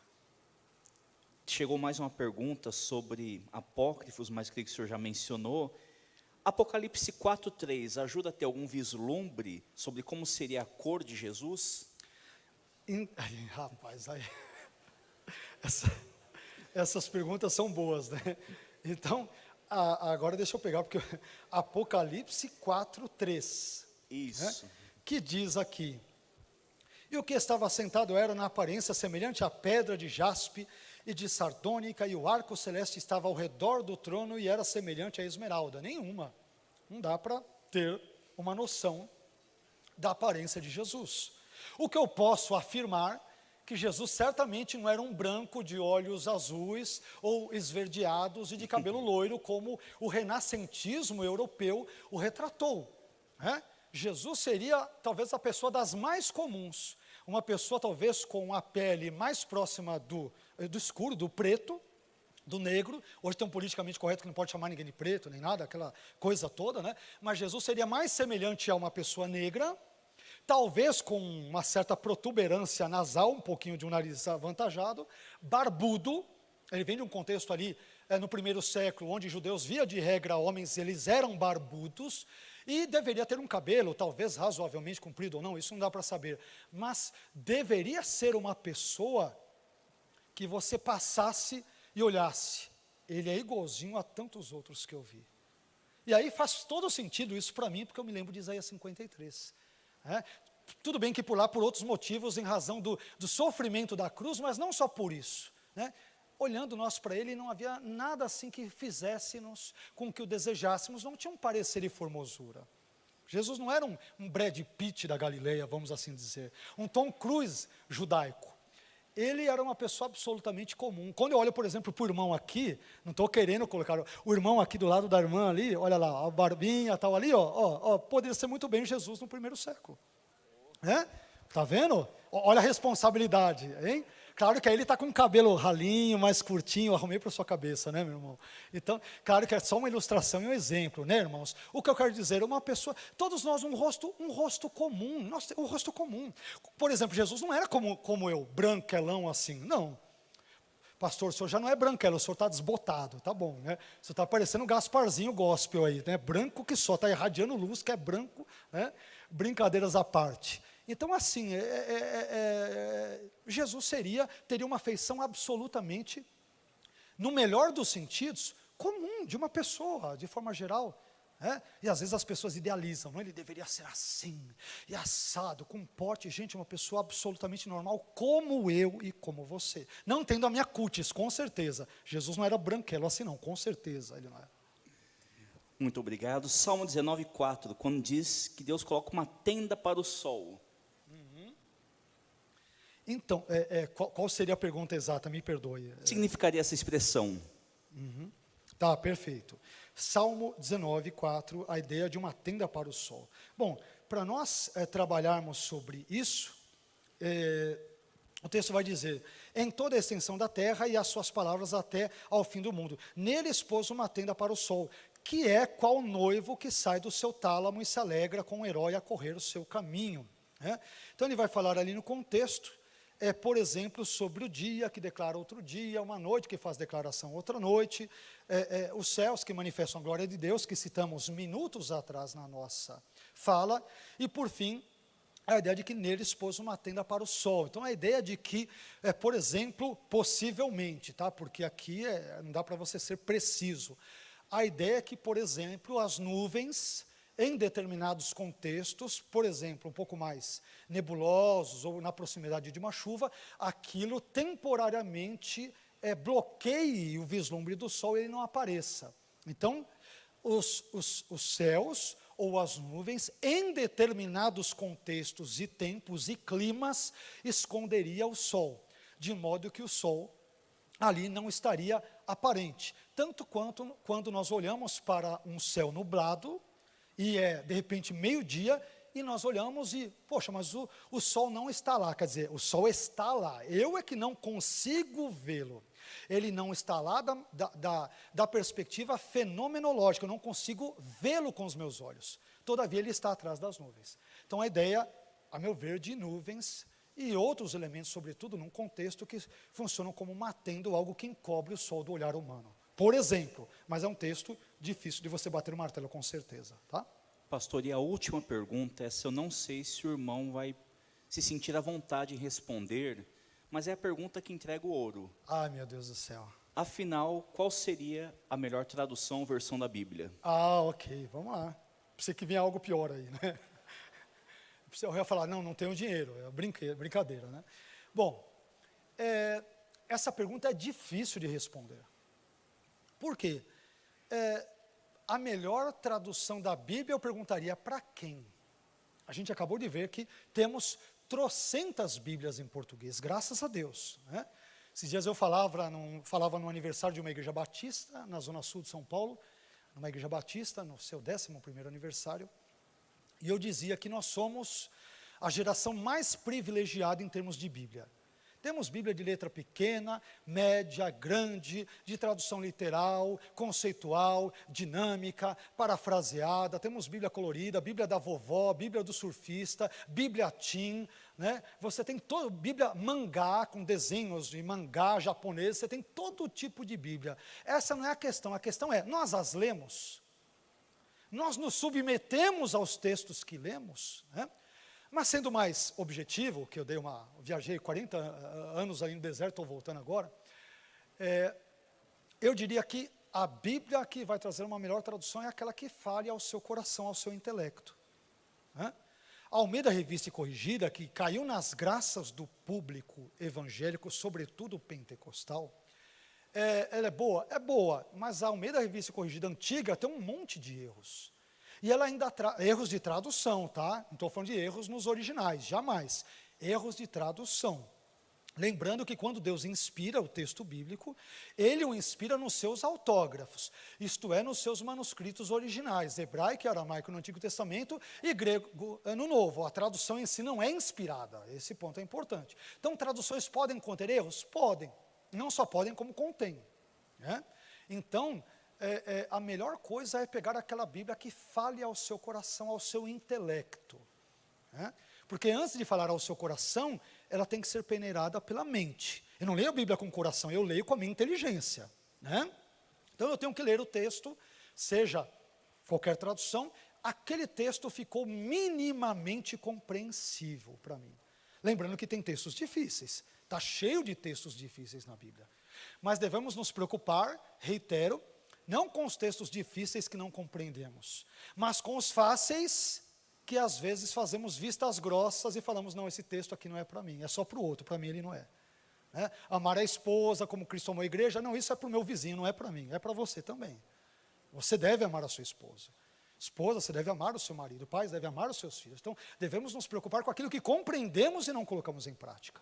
Então, por exemplo, quem tem maior familiaridade com a Bíblia, estou estendendo mínima coisa essa resposta, para tentar abranger outras coisas, quem tem maior familiaridade com a Bíblia, leia uma ARC, uma ARA, não tem problema. Poxa, para novos convertidos, de repente uma NVI, uma NVT, uma NAA, como a linguagem é razoavelmente literal e é mais conceitual, ela traz alguns conceitos difíceis de forma mais mastigada. Até para evangelizar é melhor, né? Porque aí você não vai incorrer no mesmo problema que aconteceu comigo quando eu era pequeno e o meu pai, hoje meu pai e minha mãe, infelizmente falecidos, mas meu pai disse, quando eu era pequeno, filho, leia a Bíblia porque tudo que você precisa está nela. E meu pai tinha uma mistura de católico com espírita, né? Eu fui ler a Bíblia a primeira vez, como diz o outro, como diz o jovem, deu ruim. Eu caí na genealogia de Gênesis 5. Então, Adão gerou a Sete, que gerou a Enos, que gerou... Eu era criança, eu falei, gerou? O que quer dizer gerou? E outra, só homem que gera, o homem que gera outro homem, e tem um dos sujeitos que o nome dele é o nome de um número, o nome dele é 7, como assim? Quem é o irmão dele? O 8, 9, 10, 11, 12? Quem é? Como a pessoa tem o nome de um número? Eu sou o número 1, number 1, né? E você? Então, aí eu fiquei afugentado, eu me vi inibido, e aí mal sabia que passariam décadas e eu viria trabalhar na retradução de trechos e na revisão de uma NVI. Olha os caminhos que Deus percorre, né? Deus percorre caminhos inimagináveis. Mas, você tem maior dificuldade com a Bíblia? Pastor, eu sou convertido há 1 ano. Misture uma NVI com uma NVT, com uma NAA, que você vai se dar bem. Eu sou um crente já da velha guarda. Bom, se é velha guarda, não precisa às vezes nem falar. Pega a ARC mesmo, a ARA, né? As mais tradicionais, que eu sei que os evangélicos, sobretudo pentecostais, gostam muito da ARC e da ARA. A Almeida Revista Corrigida e a Almeida Atualizada e tal. Tem textos difíceis, pegue uma tradução conceitual. NVI, NVT, NAA. Aliás, muitas claro, tem a Assembleia de Deus, Madureira, Belém e tal, mas muitas partes da Assembleia de Deus começaram a adotar a NAA, por exemplo, como tradução. Eu acho que é uma boa, né? A NAA é uma ótima tradução e muito semelhante em muitos pontos com a NVI. Segue uma metodologia de tradução mais conceitual. Então misture, e aquela Bíblia que fala mais forte ao seu coração, leia. Eu me converti lendo a ARC, a Almeida Revista Corrigida, né, que é a das que tem mais erros de tradução.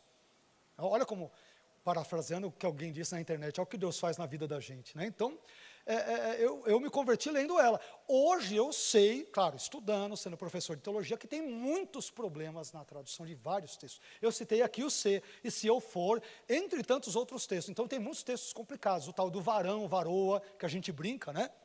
Varão e varoa, nós usamos no contexto evangeliquez, ninguém usa no dia a dia. Já pensou diante do juiz? Fala varão. Qual que é o veredito, vaso? Ele vai olhar para você... Ele fala, eu ia te inocentar, depois dessa você está condenado. Você está me chamando do quê? De vaso? Eu vou quebrar o vaso na sua cabeça, né? Então tem linguagens que a gente usa no nosso evangeliquez que no dia a dia não fica legal. Eu fico imaginando você evangelizando uma pessoa no ponto de ônibus. E aí, vaso? Está aí desde quando esperando o busão? Né? Já entregou a tua vida para Yeshua Hamashia e tal? Aí o cara fala, de onde saiu esse maluco doido varrido?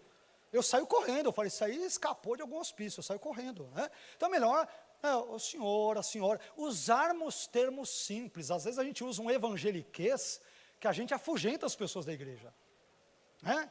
Varão, varoa, tudo bem, eu não sou muito fã do varão e varoa, eu acho engraçado, eu acho muito arcaico e muito brega, mas tudo bem, né? Brega para chuchu. varão é de doer na alma. Agora, tudo bem, use num contexto evangelical. Para evangelizar, não.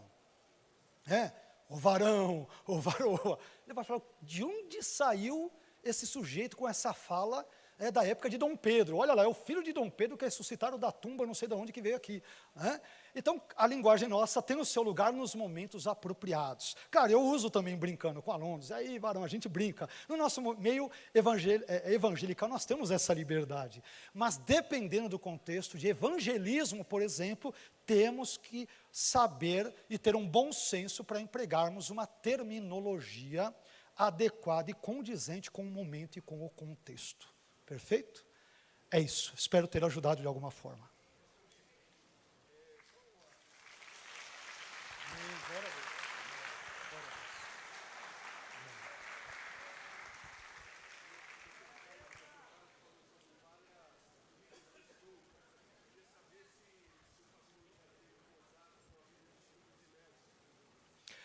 Ok, vamos lá. O pastor aqui perguntou, ele comentou que eu falei sobre várias Bíblias de estudo e se eu já entrei em contato com a Bíblia de estudo de Nelson. Já ouvi falar dela, já dei uma manuseada por alto numa livraria, mas para ser absolutamente honesto, não a tenho e não tenho um conhecimento mais aprofundado sobre ela. Então, não sei se é uma Bíblia só de estudo, que, por exemplo, traz notas de rodapé dentro da perspectiva dessa pessoa, desse pastor, ou se, por exemplo, ele também a traduziu das línguas originais, hebraico, aramaico e grego, que método ele usou, se é o método literal, conceitual, parafraseado e tal. Então, eu não sei desses detalhes. Portanto, eu não poderia tecer maior juízo de valor sobre ela.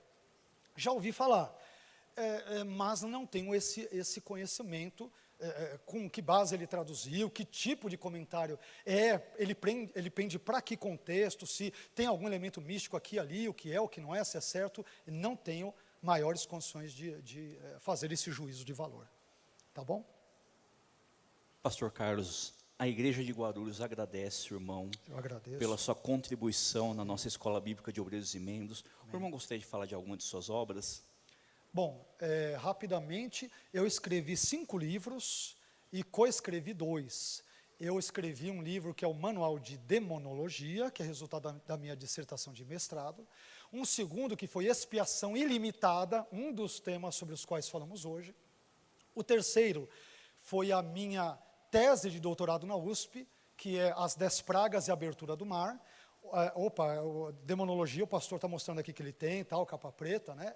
Essa figura obscura na capa não sou eu, tá? Eu sou feio, mas também não sou eu ali na capa ali. Só para brincar, depois que pegar o livro você vai entender a brincadeira. Eu então escrevi As 10 Pragas e a Abertura do Mar, onde eu traduzi trechos de Êxodo 4 até 14, do hebraico para o português, e fiz uma análise exegética, antropológica, sociológica, linguística, teológica e assim por diante. Eu depois escrevi Jonas, introdução, tradução e comentário. Eu traduzi Jonas do hebraico para o português e comentei versículo por versículo detalhadamente, inclusive com notas técnicas de crítica textual. E depois disso fiz a mesma coisa na Pandemia, que foi o último livro, de autoria apenas minha, que foi Abacuque, introdução, tradução e comentário, onde também traduzi do hebraico para o português e fiz todo o comentário. Além disso, eu coescrevi 2 outras obras, que é uma sobre reforma protestante, em comemoração aos 500 anos passados da reforma protestante, e também coescrevi um em comemoração aos 30 anos de existência do Seminário Teológico Servo de Cristo, onde me formei e onde também dou aula. Coescrevi com outros pastores sobre questões que envolvem missão urbana, com base no texto de Jonas, que eu também traduzi e trabalhei isso. Além disso, fez esse último trabalho, envolvendo retradução de alguns trechos da NVI também de revisão, e tenho trabalhado alguns anos, eu diria que há cerca de 25 anos, um pouco mais, como professor de línguas originais, de Bíblia, teologia, e assim por diante, sendo pastor de uma pequena, mas acolhedora igreja da Vila Prudente, ali da Zona Leste, que é a Igreja Evangélica Jaboque. É isso. Eu quero agradecê-los, pedindo um segundo apenas para o pastor Vitor. Agradeço a gentileza do pastor Vitor pelo convite. Conheci o pastor Vitor desde o contexto em que nos vimos, ainda que nos falássemos pouco pelas peculiaridades da vida de cada um, no Seminário Teológico Evangélico do Betel Brasileiro. Então, muito obrigado, pastor Vitor, pelo convite. Ao pastor Clementino, é uma alegria e honra conhecê-lo. Rever pastores amigos, né, o pastor Val, ver a sua esposa agora há pouco lá por uma chamada de vídeo que nos vimos, outros irmãos, alguns ex-alunos aqui presentes, e é uma grande alegria, um prazer, um privilégio poder compartilhar alguns assuntos bíblicos e teológicos com vocês. Eu espero que isso tenha agregado alguma coisa à sua vida. Se você sair daqui nesse dia querendo estudar um pouco mais a Bíblia, poxa, eu quero ler mais a Bíblia, eu quero estudar mais, eu quero orar mais, eu quero amar mais a Deus, eu me sinto recompensado. Se sairmos daqui um pouco que seja melhores do que entramos, pela graça de Deus, com desejo de, poxa, eu vou me matricular no seminário, eu vou estudar, eu vou ver se eu levo a minha leitura anual da Bíblia a sério, eu quero amar mais a Deus, servir mais a Ele, a obra dEle, eu glorifico a Deus por isso e me sinto mais do que recompensado. Amém? Deus abençoe vocês, obrigado por tudo, e que Deus continue a abençoá-los hoje e sempre, em nome do Senhor Jesus. Muito obrigado por tudo.